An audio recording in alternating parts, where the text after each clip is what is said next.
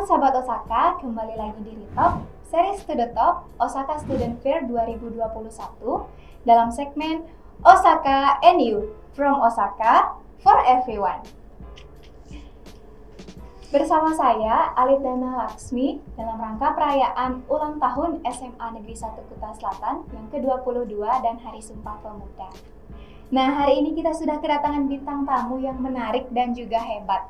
Siapa sih bintang tamunya? Pasti pada penasaran kan? Ini dia bintang tamu kita, kakak-kakak alumni dari SMA Negeri 1 Kuta Selatan. Halo kakak-kakak. Halo. Nah, ada pepatah bilang nih, tak kenal maka tak sayang. Jadi sebelum kita mulai, mungkin dari kakak-kakak bisa memperkenalkan diri ke sahabat Osaka yang masih belum tahu atau belum kenal. Silahkan. Halo, perkenalkan aku Iwaya Dita. Aku tuh angkatan tahun 2017 alumni. Jadi di sini kalian bisa manggil aku Dita. Nah, keseharianku saat ini adalah di bidang desain arsitektur. Halo Kak Dita. Halo, salam kenal ya. Ya, salam kenal juga nih Kak. Silahkan Kak El Cynthia. Halo, kenalin aku El Cynthia. Aku alumni juga dari Osaka, udah angkatan lawas juga. Kebetulan seangkatan juga sama Kak Dita. Sekarang kesibukannya masih jadi mahasiswa koas, lagi koas di Kedokteran Udayana. Halo Kak El Cynthia. Halo. Nah, sebelum kita masuk ke segmen utama kita pada hari ini, Alif mau tahu dong gimana sih perjalanan kakak-kakak dari masa SMA hingga saat ini. Silahkan, Kak Dita mungkin duluan. Alvin duluan. Silakan Pak. Oke, jadi perjalananku itu setelah lulus dari SMP dari tahun 2014, aku memilih melanjutkan ke SMA. Nah, pada saat itu aku tuh memilih beberapa SMA yang ada di Bandung. Bisa jadi ada 5 pilihan pada saat itu. Nah, tapi dengan beberapa pertimbangan akhirnya aku memutuskan untuk sekolah di SMA Negeri 1 Kuta Selatan atau Osaka. Nah, di awal-awal sekolah itu kan ada yang namanya MOS ya, masa orientasi sekolah. Di sana tuh aku kenal beberapa teman. Nah, yang paling aku akrab hingga saat ini tuh namanya Rizky Prasetya.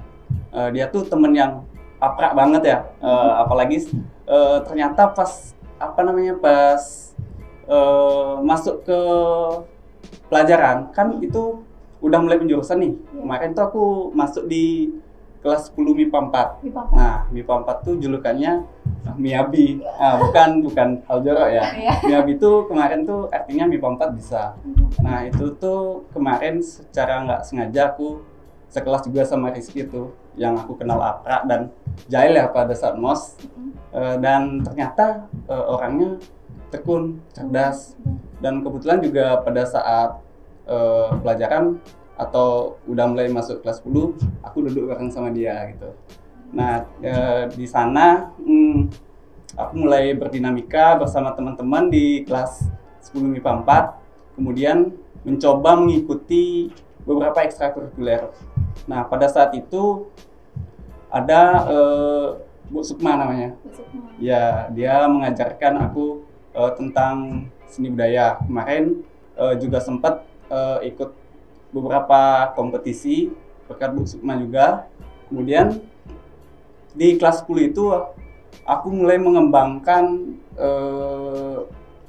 keahlianku di bidang mengukir. Berkat Bu Sukma, aku membuat sebuah ukiran, sebuah kayon yang kayaknya masih dipajang hingga saat ini di ruang kepala sekolah. Kemudian kemarin juga kayaknya sempat dipakai untuk display di beberapa acara sekolah. Kemudian aku juga ikut beberapa lomba saat memasuki kelas 11 sama 12. Kemudian lombanya juga sempat bareng Elsin. Lomba apa tuh kalau boleh tahu nih? Lomba mading ya, kalau nggak salah ya kemarin di bidang jurnalistik. Itu kolaborasi sama anak asuhnya Pak Tundik ya. Kemudian dapat beberapa gelar juga. Terus untuk meningkatkan bakatku juga, kemarin aku ikut ekstrakurikuler melukis sama Pak Juwito. Sama Pak Juwito nih? Iya benar. Jadi beberapa kali juga sempat mewakilin SMA di perlombaan. Nah, pada saat itu tuh aku mulai menemukan titik terangku. Habis SMA itu aku mau kemana. Jadi pada saat itu aku mengikuti kompetisi sketsa arsitektur di Udayana. Kebetulan karena seneng ngegambar ya, terus aku mulai mengikuti lomba, terus kebetulan juga alhamdulillah juara. Wih, hebat nih. Ya, Berprestasi berprestasi banget. Terus dari sana aku berpikir, kenapa aku nggak ngembangin bakatku. Nah, dari sana juga aku beranjak lulus di tahun 2017. Aku memilih untuk kuliah di jurusan arsitektur. Nah, kebetulan juga aku di Universitas Atmajaya Yogyakarta. Wih, Nah, kenapa aku milih Yogyakarta? Aku mau tahu lebih dalam bidang arsitektur dan menambah pengalaman juga gitu. Nah, kenapa aku nggak milih di Bali? Ya, tujuan pertamaku adalah experience ya. Gimana sih pendidikan di sini dan di sana seperti itu. Nah, hingga sampai saat ini kemarin bulan Mei kemarin aku wisuda dan Astunkara dapat predikat yang lumayan baik. Baik. Kumlot nih ya Kak ya? Iya. Wih, hebat nih. Habis itu? Dan jadi lulusan terbaik juga kemarin. Astunkara. Nah, kalau Kak Elsinta gimana nih perjalanan dari masa SMA hingga saat ini? Sebenarnya kayak nggak begitu inget banget, cuman intinya banyak banget sih tantangannya karena jujur masa SMA itu kan kayak dibilang masih umum banget ya, kayak kadang ngerasa nggak sih juga mungkin dari host sendiri kayak bingung gitu kan, kayak ini bener nggak sih bidang yang bener-bener kayak salah jurusan nih, takut salah jurusan kan, apalagi dibilang transisi dari SMA ke kuliah juga cukup sulit gitu karena mungkin dari ceritanya Dita dia memang sudah menemukan dari hobinya ya. Kalau aku sendiri dari Alsin jujur kayak masih bingung. Dulu kalau masih ada almarhum Pak Puja namanya, beliau kan guru BP kayak membimbing siswa kayak konseling psikologi, terus membantu kita juga dalam hal kayak membantu kamu potensinya di mana gitu kan. Karena dulu aku dari masuk SMA ini dulu pakai prestasi Olimpiade Fisika dari SMP, terus juga sama karya ilmiah remaja KIR kayak gitu, KTI. Jadi kayak memang lebih seneng di penelitian, terus juga sama bidang analisis kayak fisika. Jujur tuh favorit aku banget gitu. Nah, terus lama-kelamaan kayaknya kayaknya seru nih kok jadi guru gitu kan, karena gara fisika dulu. Tapi lama-kelamaan kok kayaknya nggak minat, kayak mulai berubah-berubah, nggak serak gitu ya. Terus selama perjalanan kayak karena sering ikut lomba-lomba KIR, lomba fisika, dan Astunkara juga bisa mengharumkan nama sekolah sampai ke nasional juga. Hebat nih. Jadi kayak iya, alhamdulillah. Jadi kayak lebih senang di lomba sebenarnya daripada ikut kegiatan pelajaran di sekolah. Kadang lebih sering absen di kelas, dispen nih ceritanya. Dispen di kelas, terus lebih banyak ngabisin waktu untuk lomba-lomba gitu. Karena mungkin di balik itu sebenarnya adalah terbelakang cuan. Masih cuan nih. Masih nggak sih kayak kalau kamu berprestasi kamu nggak usah bayar SPP ya gitu. Oh mungkin masih nih. Masih ya ada ya. Kalau aku sampai ada kembalian uang gitu, kayak saking nggak bayar SPP 3 tahun, tapi ada kembalian uang. Wih, udah nggak bayar dapat kembalian ya. Gitu kayak ya lumayan seneng di sana karena lebih seneng fokus ke lomba. Kadang jujur hobi sendiri pun nggak tahu apa. Terus lama-kelamaan udah masuk ke kelas 3, udah mulai memikirkan jurusan kayak gitu. Akhirnya pas pendaftaran SNPTN, kebetulan karena masuk 3 besar lah juara umum di Osaka. Jadi kayak SNPTN itu kan suatu hal yang sangat ditunggu-tunggu banget ya gitu, karena aduh nggak usah pakai tes belajar apalagi nih gitu kan, cuma prestasi gitu doang. Terus tapi bingungnya adalah harus menempatkan di mana, karena kan hal-hal yang kayak gitu perlu strategi banget ya teman-teman, apalagi juga berdasarkan prestasi yang dipunya itu juga penting banget gitu. Lama-kelamaan mikir, karena anak pertama dari keluarga, terus belum pernah orang tua tuh punya pengalaman anak yang sekolah di universitas gitu kan. Jadi pingin lah waktu ini ngambil ilmu komunikasi. Mungkin agak melenceng ya, tapi jujur aku dari SMA itu udah jadi co-announcer RRI dulu, radio RRI Pro 2 FM gitu. Mungkin kalau ada yang tahu ya, kayaknya udah nggak zaman banget ya dengerin radio. Jadi aku dulu sempat jadi co-announcer penyiar radio. Jadi aku juga suka pidato-pidato, terus juga bisa public speaking juga. Jadinya aduh kembangin aja deh di Ilkom gitu. Akhirnya pinginnya di luar, di UI gitu kan. Nggak dikasih sama ibu, kayak aduh di sini aja kan udah ada tuh yang bagus ya. Beliau sebenarnya lebih khawatir gitu. Kalau Adita cowok mungkin kayak ya udah apa gitu kan. Kalau cewek nanti takut. Kalau cewek takut gitu. Tapi mikir lagi sih, ya mungkin sebenarnya sih itu tuh cuman sebagai saran aja, orang tua nggak mengekang, cuma saran. Mungkin lebih baik di sini aja gimana gitu. Terus nyari-nyari lagi, terus tanya sama Pak Almarhum juga kan, Pak nilai saya kayak gini. Dulu kan masih zaman banget aku anak IPA, yang bisa nggak ke jurusan psikolog atau jurusan Ilkom yang notabene IPS gitu kan, ada converting nilai ke IPS gitu kan juga. Kayaknya zamannya masih kayak gitu sih, dulu nggak tahu sekarang ya. Terus bisa kok Elsin bisa gitu kan. Terus lama-lama ternyata aku juga punya alumni di 2 tahun di atasku sama setahun di atasku, namanya boleh sebut nama kan? Boleh alumni sini juga, namanya Kak Gita Sastron sama Kak Gung Bagus Sista. Jujur juga sering lomba bareng sama mereka di fisika. Terus kebetulan mereka lagi di FK Unut, mereka nawarin Elsin di kedokteran tuh bukan cuma biologi doang loh gitu, karena aku memang gak suka biologi. Terus akhirnya Kak, soalnya di situ kita belajarnya analisis juga kayak gitu. Jujur aku suka banget analisis yang kayak gitu kan. Ya meskipun nggak ketemu matematika fisika, it's okay gitu kan gitu. Coba aja di sini. Terus juga Ilkom bakal kepake kan, gimana cara kalian komunikasi dengan pasien, gimana kalian juga komunikasi dengan masyarakat umum, semua ada di sana gitu kan. Banyak potensi kalian yang dipakai gitu. Boleh deh gitu. Aku nggak tahu di sekolahnya lama kayak gini. Dia udah tamat kan, aku belum tamat sampai sekarang. Aku nggak tahu sekolahnya selama itu. Ya udah, Pak Bujia almarhum Pak Bujia gimana nih Pak? Saya mau nyari apa? Iya bagus, saya mendukung gitu. Semangat nih. Keluarga nggak ada sama sekali yang bikin kedokteran di bidang kedokteran gitu kan. Ya udah, gas nekat daftar SN. Waktu ini SN aku daftar di kedokteran FK Unut, habis itu psikologi di UGM sama Ilkom di UGM, tetap ada. Tetap. Tapi yang pasti yang prioritas kan yang pilihan pertama kan ya. Akhirnya lolos SNPTN di FK Unut, habisnya ya udah emang jodoh di sini gitu. Ya udah jalan deh sampai sekarang masih di FK Unut ya. Kayak gitu aja sih singkatnya. Iya. Terlihat nih dari bagaimana kegiatan-kegiatan dari kakak ini udah banyak banget juga prestasi yang diraih, dan kakak di sini juga produktif banget. Nah, apa sih yang mendorong kakak atau motivasi terbesar kakak nih yang membuat kakak menjadi prestasi hingga saat ini, berprestasi gitu? Apa sih motivasi terbesarnya? Iya. Kalau motivasi berprestasi sih sebenarnya dari SMA ya. Iya, dari SMA. SMA tuh karena orangnya mungkin dulu karena bergaul sama teman-teman yang sedikit ambis. Lingkungannya ambis-ambis nih ya. Tapi ambis bukan hal nilai gitu, kayak lebih ke lomba-lomba gitu.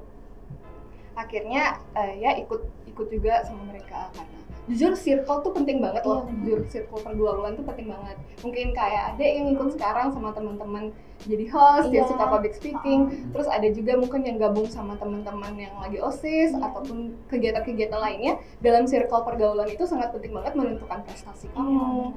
Mungkin bukan cuma eksternal doang ya, mempengaruhi internal juga cukup, tapi menurut aku pengaruh eksternal itu sangat besar banget buat diri aku. Itu yang buat aku bisa berprestasi pas SMA. Sebenarnya nggak berprestasi banget kok. Banyak banget yang lebih berprestasi pada kita ya. Sampai nasional ya benar. Banyak banget yang lebih berprestasi ya. Dan motivasinya sih yang pertama karena itu teman pergaulan. Yang kedua jujur karena cuan tadi. Cuan. Karena cuan ya kayak.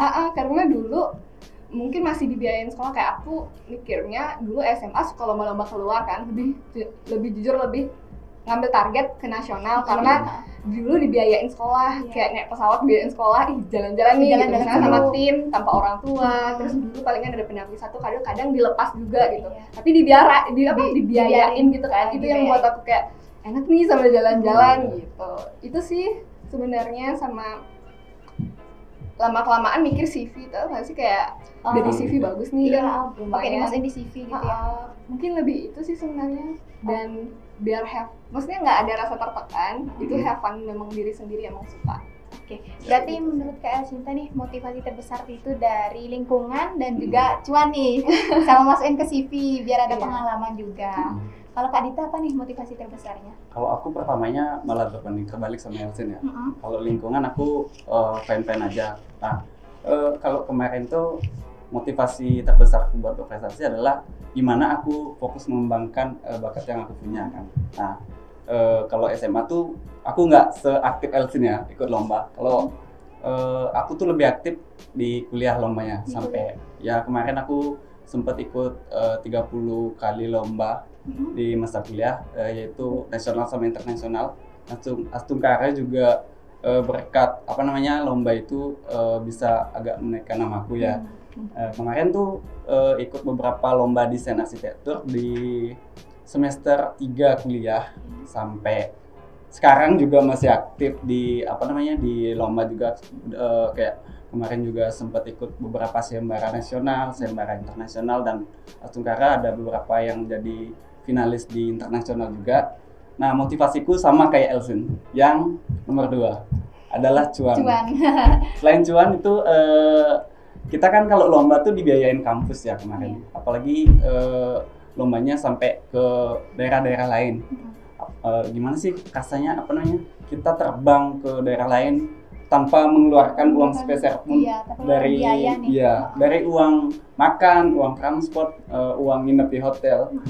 Nah, di sanalah gimana sih caranya kalau kuliah tuh ya kita have fun walaupun tugasnya banyak banget. Gimana caranya biar menyeimbangkan itu. Nah, dari sana pengalamanku, motivasiku yang utama adalah cuan. Nah, kalau dari segi lingkungan, jujur dari SMA aku tidak punya teman yang seperti Elsin. Aku tuh bergaul. Kadang juga lingkunganku ya orang-orang biasa. Ya lingkungan cowok lah. Iya lingkungan cowok lah. Kalau di kuliah yang aku punya lingkungannya lumayan bagus karena punya beberapa sahabat yang emang benar-benar kayak Elsie bilang tadi ambis ya. Kalau SMA kan aku juga pun males ya SMA. Kalau ikut lomba ya karena emang ada alasan tertentu kayak gitu. Tapi kalau di kuliah jujur aku ngerasa lomba penting untuk ngisi CV juga kayak Elsin tadi. Jadi gimana caranya nunjukin hasil diriku ke orang lain melalui karya-karya yang aku ikuti melalui kompetisi nasional maupun internasional. Berarti motivasi terbesarnya Kak Dita ini adalah selain nyari cuan juga biar tahu minat bakatnya ya Kak ya. Oke, tadi kan Kak Elsintia dan sama Kak Dita ini seangkatan ya? Tahun 2017. Iya. Lulusnya tahun 2017, ya. Nah, Kakak di sini kan udah lama nih lulus dari SMA ini. Ada apa aja sih perubahan yang ada di SMA Negeri 1 Kuta Selatan ini? Mungkin dari segi bangunannya atau yang lainnya? Kalau yang berubah jujur sebenarnya aku nggak begitu up to date banget ya. Cuman dari aku lihat OSIS-OSISnya sih, sumpah banyak banget inovasi-inovasi baru yang mungkin kayak acara podcast kayak gini ataupun acara-acara kegiatan yang aku lihat juga dari beberapa sosial media kayak Instagram, jujur lebih kreatif banget. Positif. Terus semua ya. Minat bakatnya jujur dipakai banget semuanya, dan aku ngeliat juga Osaka dulu kayak yang dulu mas sekarang. Anak-anaknya itu lebih berani untuk mengungkapkan pendapat, terus berani untuk berbeda. Itu dari segi siswa-siswanya ya. Terus yang kedua, kalau dari segi bangunan sebenarnya nggak banyak yang berubah sih ya. Masih sama aku lihat, jadi bernostalgia juga. Aku juga udah lama nggak main-main ke sini karena di Denpasar, Studio Denpasar gitu kan sekolahnya. Terus kalau guru-gurunya sendiri kebetulan masih sering komunikasi, salah satunya sama Pak Tuni karena sering project bareng sampai sekarang. Jadi kayak masih asik dan semakin asik. Iya, semakin asik. Dan prestasinya sih aku lihat juga dari siswa-siswanya semakin banyaknya. Iya. Seneng banget bisa jadi alumni di sini. Kita juga seneng banget nih dibilang banyak prestasi dan juga perubahannya besar banget. Untuk Kak Dita? Kalau aku dari segi bangunan, mungkin kalau dari segi luar nggak ada yang berubah, ya mungkin dikit-dikit. Tapi dari segi dalam kemarin kebetulan kepala sekolah yang baru bersama Pak Tuni mempercayakan aku untuk renovasi ruang kepala sekolahnya. Nah, kebetulan juga itu kan sebuah apresiasi ya sebagai alumni dipercayakan untuk berkontribusi kepada sekolah, apalagi alumni ya. Nah, ini untuk dari segi lingkungannya mungkin ada beberapa perbaikan landscape ya dari awal yang kurang tertata, kurang hijau, sekarang udah mulai tertata lebih baik. Terus dari inovasi-inovasi OSIS-nya, anak-anaknya, siswa-siswanya itu keren-keren banget sekarang. Jujur di angkatanku masih kurang yang seperti ini. Iya. Itu sih. Oke, berarti banyak banget nih juga udah ada perubahan di SMA Negeri 1 Kuta Selatan ini, dari OSIS, dari siswa-siswinya. Oke, kalau gitu ada nggak sih menurut kakak di sini guru-guru dari SMA Negeri 1 Kuta Selatan yang masih terkenang atau berkesan banget? Kalau ada mungkin bisa diceritain juga alasannya. Kalau aku sih yang nomor 1 Pak Tunik ya. Pak Tunik? Ya, Pak Tunik. Kenapa? Karena dia guru yang humble, sangat pengertian pada siswanya. Ngerti kondisi siswa, gimana caranya membaca kondisi siswa, kemudian tidak terlalu menekan siswanya. Bukan maksud guru yang lain menekan ya. Jadi lebih ke melalui pendekatan diri untuk membaca situasi siswa. Nah, terus juga kemudian beberapa tahun terakhir ini saya dan Pak Tuni ada beberapa proyek bersama juga dan sama-sama Elsin juga ya, seperti itu. Nah, kalau boleh tahu nih, proyek apa sih yang dibuat sama Pak Tuni dan Kak Elsin ini? Jangan promosi ya. Ya nggak apa-apa Aku kok. boleh promosi. Jadi aku, Elsin dan beberapa teman-teman yang ada di desa Mengasan utamanya, di desa kelahiranku tuh dipercayakan untuk menjadi tim kreatif di salah satu destinasi objek wisata. Boleh disebutin nggak? Boleh. Yaitu Pantai Melasti, Melasti. ya. Kebetulan kan hostnya juga dari Iya, Mengasan dari juga. Mengasan. Nah, jadi kemarin dipercayain untuk megang tim kreatifnya bersama Elsin. Gimana caranya mengelola Pantai Melasti agar bisa dikenal lebih banyak oleh wisatawan melalui digitalisasi ya. Apalagi sekarang era globalisasi kental banget sama yang namanya digital. Nah, dari sana kita disuruh bikin beberapa project juga, program kerja. Kemarin yang udah goal banget itu promosi Pantai Melasti, ya, video promosi. Nah, ini artisnya di samping. Yang kalau teman-teman kepo nanti bisa datang atau kunjungi YouTube-nya Melasti Beach Bali. Iya. Kalau Kak Elsin, guru yang masih terkesan atau berkenan nih? Banyak banget. Salah satunya itu tadi yang udah aku sebut, almarhum Pak Puja. Terus yang kedua Pak Swite, guru fisika. Masih kan ya? Masih. Soalnya memang sering lomba bimbingan bareng sama beliau. Terus juga yang ketiga kok Pak Sunaya sempat sih dulu Pak Sunaya. Pak Sudiano sama Kir. Sebenarnya banyak banget Bu Nur, guru kimia yang sangat berkesan. Bu Martini. Ya lumayan. Terus sih sama Pak Tuni sih. Karena Pak Tuni benar-benar kita misalnya kayak aku ikut lomba atau apa kadang bingung gitu bisa curhat ke beliau gitu. Jadi beliau tuh benar-benar enak banget diajak curhat. Bahasanya bahasa kayak anak-anak ya saya. Beliau mau gitu loh mengikuti gitu dan pemikirannya juga open minded. Itu sih yang aku suka. Sebenarnya banyak guru-guru yang bagus-bagus ya yang berkesan. Mungkin yang tadi aku sebut memang guru-guru yang memang lebih sering aku ajak komunikasi bareng, bimbingan bareng gitu. Sebenarnya semuanya berkesan. Semuanya keren. Oke, pertanyaan terakhir nih sebelum kita masuk ke segmen utama kita pada hari ini. Coba dong ceritain cerita yang paling menarik yang pernah dialami di SMA Negeri 1 Kuta Selatan ini. Cerita dulu. Ya kan, Mas? Menarik ya. Kalau aku yang paling menarik ya, boleh gitu kan, spill lomba bulan bahasa ya. Oh boleh.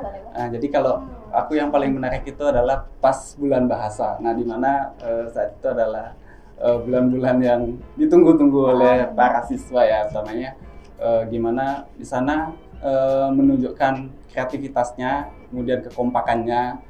Sangat seru. Pokoknya di sana juga waktu-waktu untuk bolos. Iya, untuk bolos. Waktu-waktu untuk bolos sih sebenarnya. Kan tau lah anak siswa apalagi cowok ya, Iya. senang yang santai-santai. Ya nggak, walaupun nggak semuanya senang santai, Iya. tapi di sana kelihatan banget kekeluargaannya menurutku.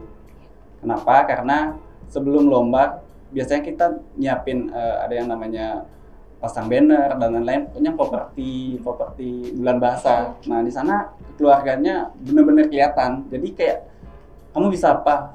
Misalnya aku bisa ngelukis nih, udah kamu ikut nanti yang ngelukis. Terus kamu bisa apa? Aku bisa nyanyi, ya udah kamu ikut nyanyi. Nah pokoknya di sana teman-teman saling support, mengisi ya saling mengisi. Terus kayak begadang, bikin banner, terus bikin apa namanya? Persiapan kayak lomba sate kayak gitu kan, seru banget ya. Apalagi di sini tuh diadainnya seminggu atau 2 minggu aku lupa. Jadi benar-benar di sana diuji banget kekeluargaannya. Oke, menurut Kak Dita, cerita yang paling menarik itu adalah waktu bulan bahasa Bulan ya Kak bahasa. ya. Oke, kalau Kak Elsintia Aku lupa bulan bahasa itu sama HUT beda ya? Kayaknya sama ya. sama. Oh sama. Sama. Ya? Sama. Sama sih, aku juga pas HUT sama bulan bahasa itu benar-benar paling yang mengesankan, menarik buat aku. Tapi jujur selama 3 tahun di sini cuma sekali aku pernah ngerasain bulan bahasa. Kenapa tuh Kak? Karena setiap bulan bahasa pas banget aku lagi di luar kota lomba. Jadi Lomba. kayak sedih banget. Selama 3 tahun cuma sekali aja ya Sekali Kak ya. aja. Di Itu tahun pas terakhir berarti ya. tahun terakhir deh kayaknya. Atau tahun awal? Tahun awal aja Tahun pas awal. kelas 1. Itu masih di GWK. Kayaknya masih di ada acara gitu kayak di GWK. Karena kan sekarang pandemi nih. Enggak, Iya, jadi Oh, belum. nggak ada ya. Dulu Online bulan semua. bahasa kita puncaknya di GWK, itu seru banget. Terus juga lomba-lomba kayak sering bertengkar. Iya. Oh ya, sekarang masih gitu gak sih? Karena online nih jadi nggak kurang tahu Sumpah ya. seru banget kalau offline tuh kayak berusaha. Praktikal. Padahal sahabat kita sendiri Iya. di kelas sebelah, tapi Kayak ada pertengkaran ya Kak ya. kayak berusaha jadi yang terbaik kan. Iya. Jujur aku sama kelas Edita selalu aja kayak saya iri gitu kan. Kelas dia kayak selalu bagus gitu loh desainnya Iya. karena masternya. Iya, gitu. masternya ada di sini. Nggak gitu juga. Itu sih yang paling menarik sama lomba-lomba. Terus ada flash mob. Nah, Flash dulu mob. Ya. angkatanku itu flash mob pertama ya. Pertama. Angkatan flash mob pertama itu dari angkatan kita. Itu seru banget karena untuk pertama kalinya kita bisa buat acara kayak gitu dan abis itu kita lihat tahun-tahun berikutnya ternyata diikutin juga ya. Diikutin juga Kayak sama. seneng banget gitu loh bisa jadi sebenarnya gitu. Entah itu ambil positifnya aja, mungkin ada beberapa hal negatifnya tapi jujur itu seru banget karena di situ masih ada 3 kelas ya, masih ada kelas bahasa. Ada kelas bahasa. Karena kelas bahasa IPS sama IPA benar-benar gabung di situ tanpa membedakan aku IPA lo aku IPS tanpa kayak gitu. Semuanya sama rata dan di situ sih serunya dan menariknya. Apalagi kita ngerasain gitu ya, golden anniversary-nya Iya, Osaka waktu golden itu ya. Golden waktu itu. Pas angkatan kita makanya nama kita Goldenary waktu itu. Oh iya Goldenary. Tapi lupa. Iya benar-benar seru banget. Oke, berarti yang paling seru dah bulan bahasa dan juga flash mob. Iya. Nah, itu tadi sedikit perjalanan masa SMA dari Kak Dita dan juga Kak Elsintia. Tapi kita nggak akan berhenti sampai di sini aja karena ada segmen yang menarik yaitu segmen Spill the Story. Namun, sebelum kita masuk ke segmen selanjutnya, mari kita saksikan jeda berikut ini.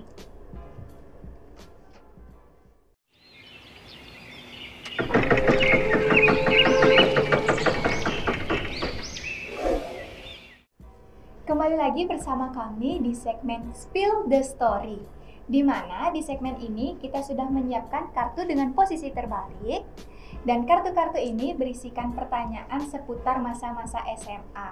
Nah, kakak-kakak di sini bisa memilih salah satu kartu yang ada di depan. Lalu Alit akan membacakan pertanyaannya dan kakak-kakak di sini akan menjawab. Gimana nih kakak-kakak di sini? Udah siap belum nih jawab pertanyaannya? Udah. Oke, mungkin bisa kita mulai dulu nih dari Kak Dita. Silahkan. Ini bebaskan ya, Bebas, ambil yang bebas. mana aja. Ini dia kartu pertama dan pertanyaan pertama. Kira-kira apa sih pertanyaannya? Pasti teman-teman di rumah pada kepo kan? Mari langsung saja pertanyaan pertama. Spill the story ke gap guru pas nyontek. Silahkan. Kak Dita mungkin duluan ke gap guru pas nyontek. Aku ingat-ingat ya, aku kayak pernah nyontek tapi ke gap siapa ya?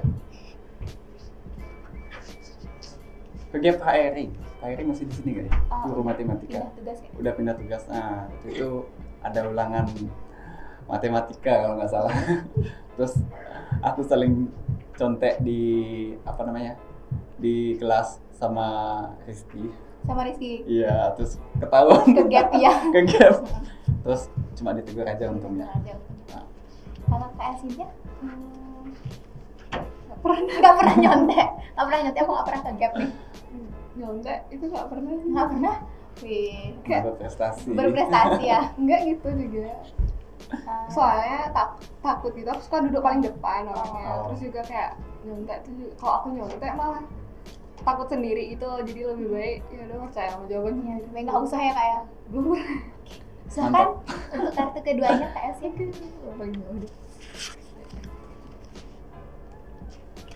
Oke, pertanyaan kedua.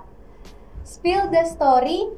Pernah nggak kakak ngalamin kejadian horor selama SMA dulu? Oh, sorry. Sering. Apa aja tuh? Dulu inget nggak kita pernah pramuka apa ya namanya? Oh di sekolah ya? Terus di sekolah. Yang Atau di kegiatan sekolah. Yang di sekolah. Pernah dulu kayak acara pramuka, cuma 1 hari doang. Sari. Maaf, per Terus hari. Kayak suka banget kerohan masal. Kerawan masal. Aku nggak ngerti sih, cuman ada beberapa temen aku satu kelompok dulu. Dia tuh memang terkenal banget dari awal kayak diem-diem bengong tiba-tiba kerawan. Tiba-tiba kerawan. Itu sih menurut horor.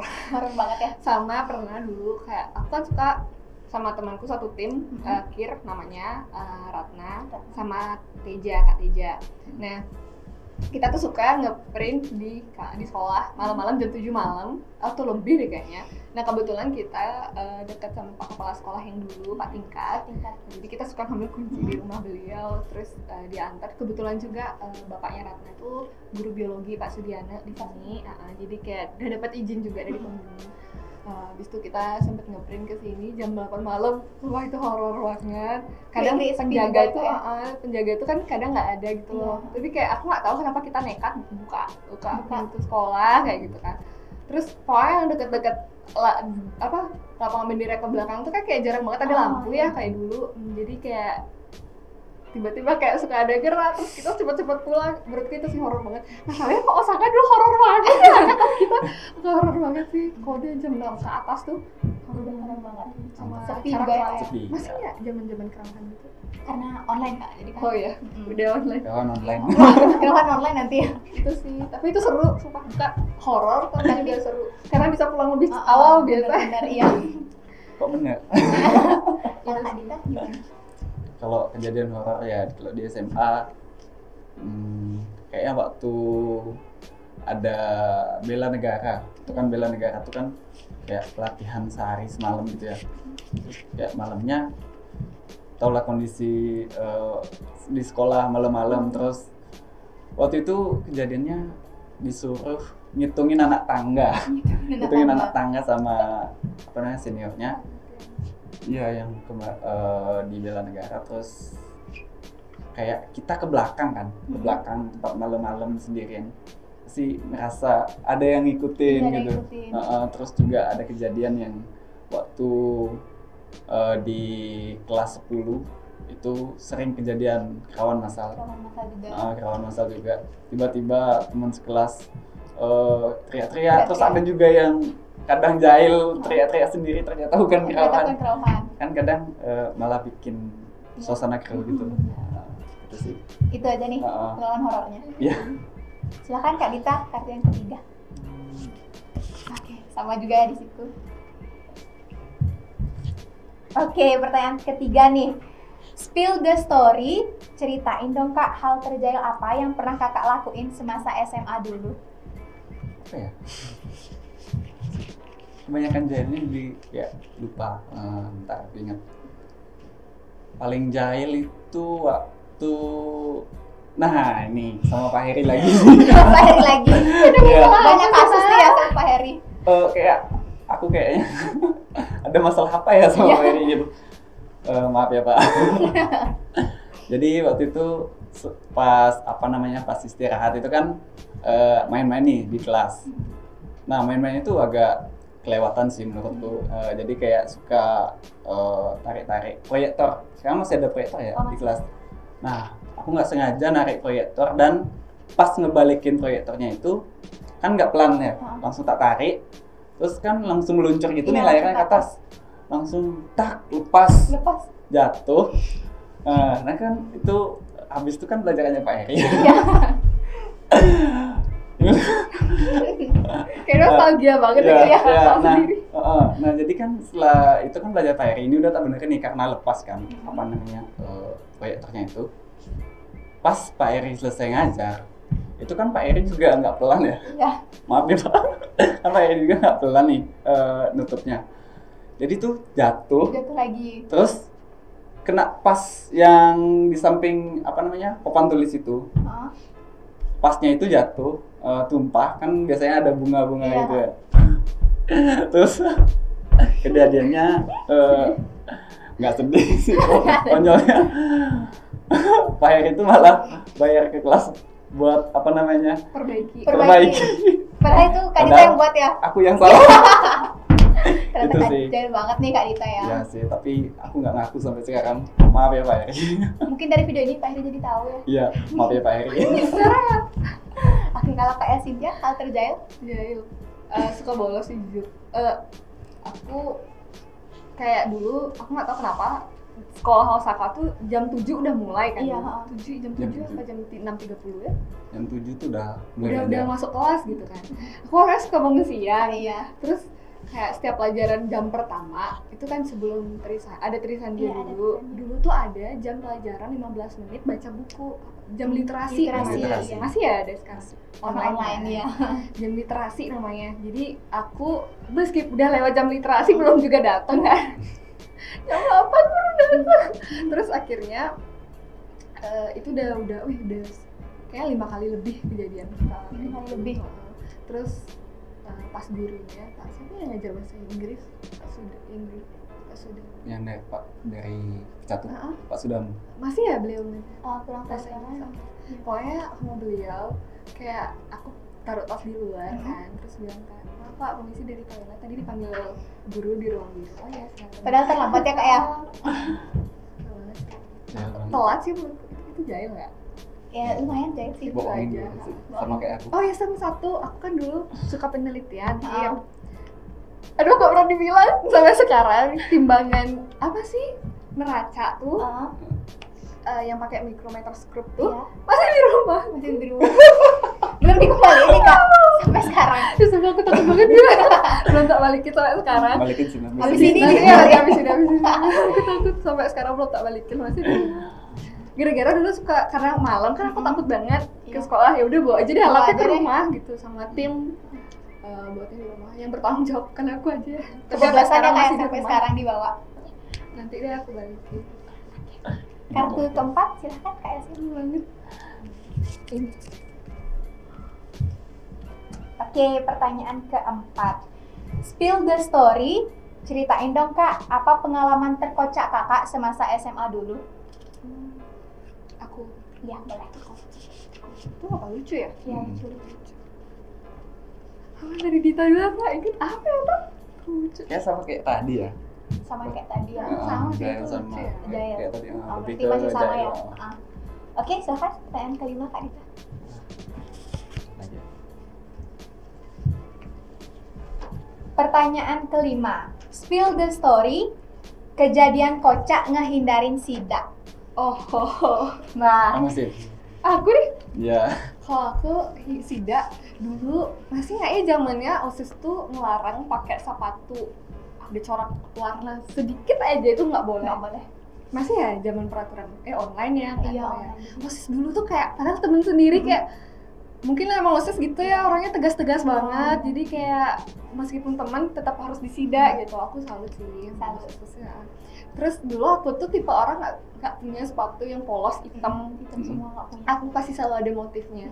Paling yang kayak model-model Nike yang ada putih-putih di Iya. bawahnya atau Nike-nya Ada itu lambangnya sumpah tuh. saking kayak keselnya udah 2 kali. Kan cuma teguran ya sampai nulis di buku saku cuma teguran doang. Habis itu akhirnya aku punya spidol hitam permanen di kelas.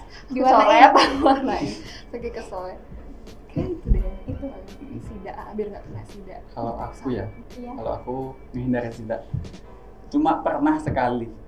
Itu pun waktu sidak kuku. Sidak kuku.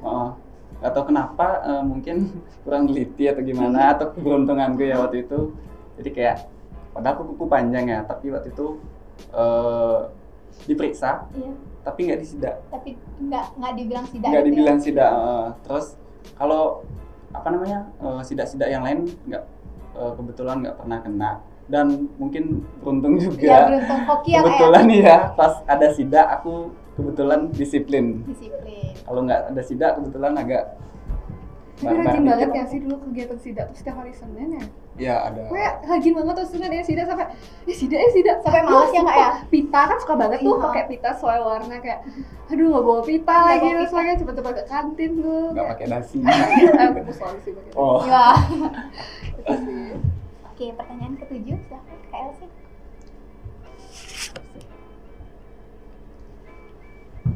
Pertanyaan ke-7, spill the story pengalaman bolos terparah yang pernah kakak lakuin. Silahkan. Kalau aku bolos sampai nggak sekolah. Pernah. Nggak tahu ya kalau online ya. Dulu offline seru banget, kasihan banget kalian yang kena online. Dulu pernah nggak sih Pak? Siapa yang ngajar seni budaya? Gitu. Pak Juite. Itu ngasih tugas yang gambar sketsa rumah yang dari atas. Aduh, apa tahu dah istilahnya. Sonometri. Yang garis-garis Iya. itu kok tah. Kesel banget kan, terus aku selalu buat tugas. Sebenarnya hamin seminggu tuh aku udah buat, tapi aku orangnya kayak jelek. Akhirnya tetap aja hamin 1 gitu. Iya. Aku ngulang-ngulang buat hamin 1 sampai jam 4 pagi aku buat. Dan deadline memang harus dikumpul hari itu. Terus kayak saking sering nunduknya, sakit banget kan lehernya. Terus Ma nanti bangunin ya kalau udah gini sekolah soalnya gitu. Aku bangun udah jam 10. Terus aku alasannya sakit, maaf ya aku sakit. Terus aku ngepap obat yang udah sebenarnya itu bukan obat sakitku. Terus aku bilangnya nanti aku sakit. Dulu aku sekelas sama bestiku tuh, dulu sekelas sama Prana. Dia mantan ketua OSIS, itu gengku banget karena rumah kita sebelahan. Prana, terus sama Yajata ada juga, sama Feby juga. Terus nanti bilangnya aku sakit, terus nanti tugasnya aku kumpul di temanku gitu Iya. kan. Aku nitip ibuku bawain ke sekolah, tapi titip di depan gerbang gitu kan. Saya sakit kira bagus siang. Itu bolos. Itu apa itu? Lagi-lagi banget siangnya Kak ya. Tapi sumpah itu capek banget sih buat tugasnya tuh. Paling gak suka seni budaya. Itu sih bolos. Yang paling. Kalau aku bolos di hari-hari biasa nggak sih? Kalau paling bolos di pas PMSOR. Pas Pembelajaran sore itu kan biasanya ada Sore ya, kita ada beberapa pelajaran yang nggak terlalu disuka kan. Maksudnya terus aku tuh sengaja sama temen-temen nongkrong di warung nasi, Di warung sampai sengaja kita nggak bolos, cuma sengaja telat masuk. Jadi kalau misalnya PMSOR-nya mulai jam 2, kita jam 3 baru datang. Alasannya tadi rame banget Pak Tadi di rame banget, warung nasi. Jadi telat. Oh iya nggak apa-apa. Wah, parah nih. Gitu aja sih. Silahkan. Kartu ke-8.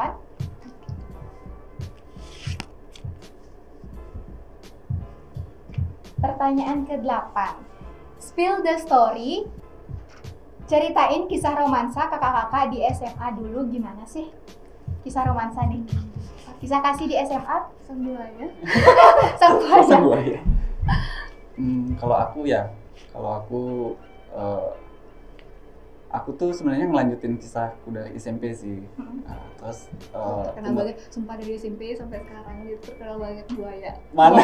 Semua mantannya semua dipacarin. Sumpah. Nggak ada ya, bohong dia. Itu banget. SMA dari beranjak SMP ke SMA kebetulan karena udah punya pacar. Pas kelas 10 kan pacarku masih SMP ya. Iya. Terus ngerasain romansa tuh di kelas 11 sih. Di kelas 11 karena pacarku udah mulai masuk kelas 10, terus kebetulan juga di Osaka. Terus kadang yang paling gila itu berantem di lingkungan sekolah. Ya berantemnya berantem kecil aja sih, kayak apa sih gitu lah. Tau lah masalah remaja gimana. Terus pernah kejadian lucu pas tadi tur. Lu diceritain nggak ya sih? Kayaknya nggak perlu ya. Silakan boleh. Kalau itu kisah kamu. Itu tuh kayak ada Cinta segitiga. Cinta segitiga. Antara siapa, Kak? Enggak bisa Nggak disebut boleh ya. di sini. Jadi itu cobaan banget sih waktu itu, kayak sempat kandas juga, tapi akhirnya nyambung lagi. Wih. Ternyata boya-boya gini setia ya, Kak ya? Setia, tapi pas kuliah putus lagi. Oh, putus lagi. Belum nyambung, Kak, atau gimana? Sampai saat ini udah banyak nggak ada. barunya. Jangan percaya sih. Jangan percaya. Kalau Kak Elsie itu gimana? Kalau aku SMA, aku udah lama banget sih nggak pacaran. SMP terakhir pacaran.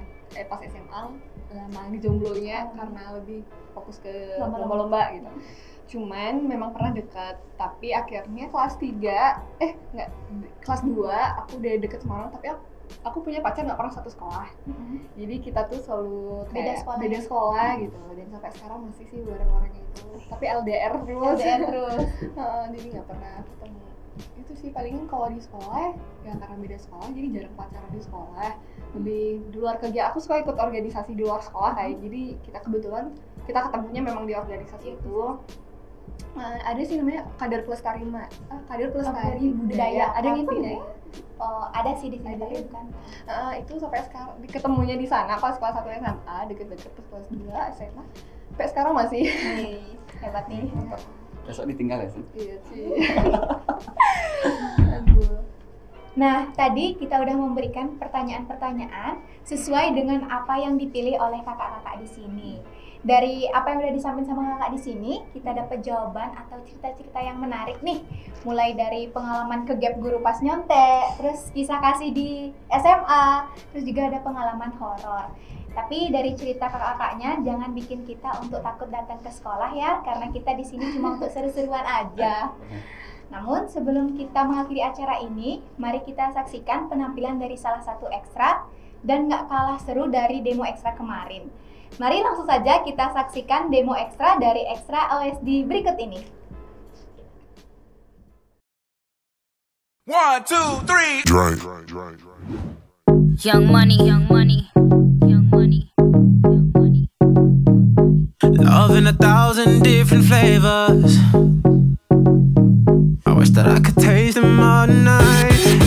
Yes, around. Drop it to the floor and then you bring it up back. You know I really love it when you do it like that. May never see a girl with got a booty so fat. Shake it up like a earthquake in a that. Girls in here, if you're feeling thirsty, come on, take a sip, 'cause you know what I'm serving. Shimmy, shimmy, yeah, shimmy, yeah, shimmy, yeah. Drink, swalla la la. Drink, swalla la la. Swalla la la. Shimmy, shimmy, yeah, shimmy, yeah, shimmy, yeah. Drink, swalla la la. Drink, swalla la la. Drink.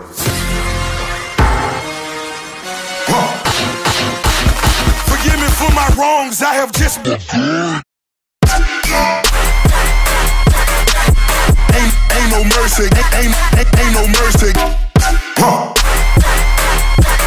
Got that purple Lamborghini lurking. Rosé.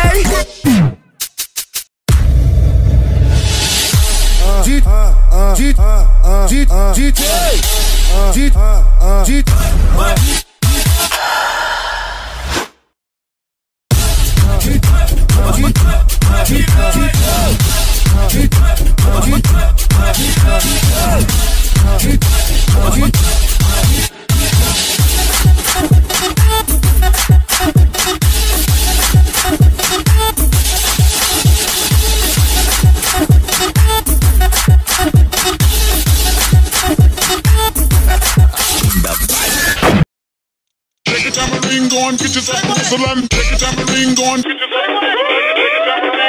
yourself a whistle and take a tambourine, go and take a tambourine, go and get yourself a whistle and take a tambourine, go and get yourself a whistle and take a tambourine, go and get yourself a whistle and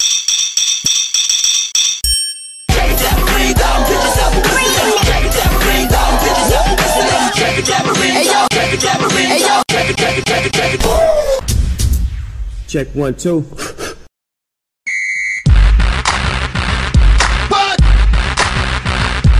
When I come through, everything gon' stop. When I come through, everything gon' stop. X come through.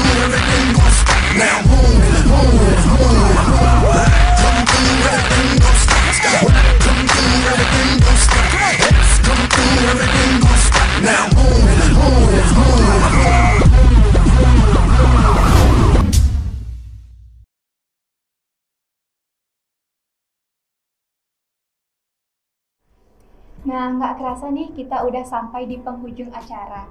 Untuk Kak Dita dan juga Kak Elsintia, mungkin ada harapan ataupun kesan dan pesan untuk Osaka. Mengingat sebentar lagi kita akan menyambut perayaan Osaka Student Fair 2021 dalam rangka HUT SMA Negeri 1 Kuta Selatan yang ke-22 dan Hari Sumpah Pemuda. Silahkan Kak Dita dan Kak Elsintia, harapan ataupun kesan dan pesannya.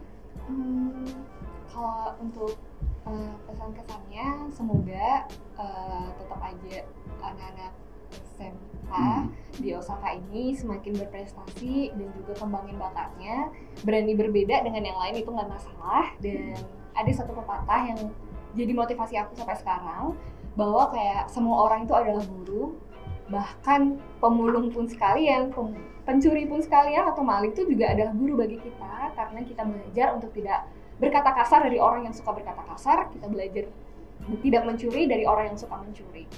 Dan juga tempat belajar itu bukan hanya di sekolah, semua tempat itu bisa dijadikan tempat belajar, karena segala tempat itu akan memberikan kita pembelajaran, bukan hanya sekadar akademik, bukan hanya sekadar berprestasi harus bidang juara dan sebagainya, bukan hal seperti itu. Berani saja kalian melangkah, walaupun hal-hal kecil aja membawa perubahan bagi diri kalian, itu adalah hal yang sangat luar biasa. Dan selalulah apresiasi diri, karena zaman sekarang ya, apalagi kayak insecure, banyak sosial media banget kan, anak-anak remaja kayak pasti mikir, kok dia lebih hebat sih, kok dia bisa kayak gini sih, terus body shaming dan sebagainya. Jangan banget ngerasa kayak gitu. Kalian itu cantik apa adanya, kalian itu hebat apa adanya. Untuk harapannya, untuk Osaka yang bakal ulang tahun sebentar lagi, semoga selalu semakin jaya, Osaka selalu semakin ke depan, dan juga bisa memberikan wadah bagi anak-anak sekolah agar bisa menuangkan bakatnya dan juga bisa terkenal bukan hanya secara nasional, asukare, bisa juga secara internasional. Itu. Kalau dari aku, kesan dan harapannya, pertama Osaka telah membawa aku dan banyak alumni-alumni menjadi orang yang berguna di masyarakat. Kemudian harapanku sekarang adalah semoga Osaka semakin berkembang, semakin terus berinovasi, semakin maju dengan adanya program-program yang kreatif dan inovatif yang mampu menumbuh kembangkan siswa-siswa yang ada di Osaka. Dan semoga di ulang tahun Osaka yang selanjutnya ini semakin dikenal oleh masyarakat luas, menjadi SMA favorit yang ada di Bali dan nasional utamanya. Semoga bisa membawa lebih banyak lagi orang-orang yang berprestasi dan berguna bagi masyarakat Indonesia. Oke, jadi itu tadi harapan dari Kak Dita dan juga Kak Elsintia untuk Osaka ke depannya. Semoga harapan-harapan tadi bisa terwujud. Terima kasih kepada sahabat Osaka yang telah menyaksikan Retop Series to the Top Osaka Student Fair 2021 dalam segmen Osaka and You, from Osaka for Everyone. Jangan lupa saksikan Retop Series to the Top selanjutnya, karena kita akan mengundang tamu yang gak kalah seru. Jangan lupa di Retop Series to the Top selanjutnya. Bye-bye! Bye!